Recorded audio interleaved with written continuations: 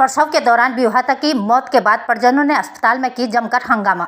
आपको बता दें कि सहारनपुर में थाना जनकपुरी क्षेत्र स्थित एक निजी अस्पताल में डिलीवरी के दौरान 25 वर्षीय विवाहिता आंचल निवासी रसूलपुर देवबंद की मौत के बाद जमकर हंगामा हो गया। घटना की सूचना मिलते ही जनकपुरी समेत कई थानों की पुलिस मौके पर पहुंच गई और स्थिति को नियंत्रण किया। इस दौरान भीम आर्मी के कार्यकर्ता भी अस्पताल में पहुंचे और मामले की निष्पक्ष जांच की मांग की। मृतका के परिजनों का आरोप है कि वह सुबह करीब 5 बजे आंचल को प्रसव के लिए अस्पताल लेकर पहुंचे थे। उनका कहना है कि अस्पताल प्रशासन ने पहले 1 यूनिट रक्त की आवश्यकता बताते हुए 30,000 रुपये अग्रिम जमा कराए। कुछ समय बाद डॉक्टरों ने 20,000 रुपये और जमा करने को कहा। परिजनों के अनुसार जब वह पैसों की व्यवस्था कर रहे थे तभी अस्पताल कर्मी आंचल को स्ट्रेचर पर बाहर लेकर आए और दूसरे अस्पताल ले जाने की बात कही। उनका आरोप है कि उस समय तक आंचल की मौत हो चुकी थी, लेकिन इसकी जानकारी उन्हें समय पर नहीं दी गई। परिजनों ने अस्पताल प्रबंधन पर इलाज के दौरान लापरवाही का आरोप लगाते हुए सबको अस्पताल में रखकर विरोध प्रदर्शन किया। बताया जा रहा है कि आंचल की शादी 1.5 वर्ष पहले हुई थी और यह उसका पहला बच्चा था। नवजात की हालत भी गंभीर बनी हुई है। सहारनपुर से प्रीतम कश्यप की खास रिपोर्ट। खबरों के साथ बने रहने के लिए चैनल को लाइक, शेयर और सब्सक्राइब अवश्य करें।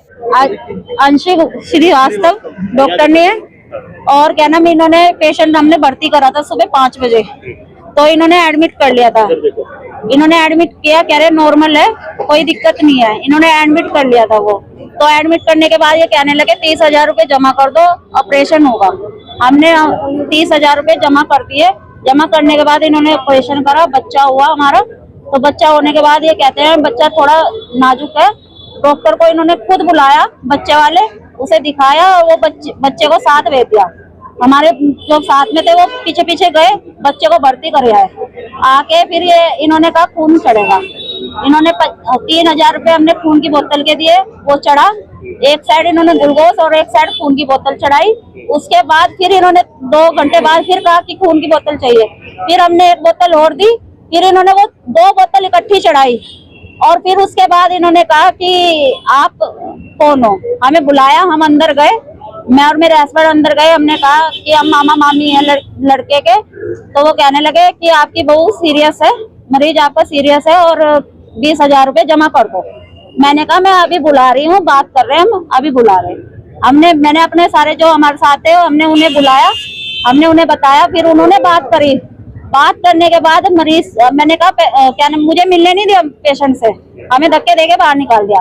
फिर जब हमारे साथ थे वो उन्होंने बात करी, वो अंदर गए और मरीज से भी मिल के आए, बात करी। उन्होंने कहा 20,000 हम कर रहे। इतने हम सलाह कर रहे थे बाहर खड़े हुए, इतने ये मरीज को हमारे अंदर से मरे हुए को लाए, पेशेंट को, और बाहर स्ट्रेचर पे ला के धक्का देने लगे, कह रहे बराड़े ले जाओ।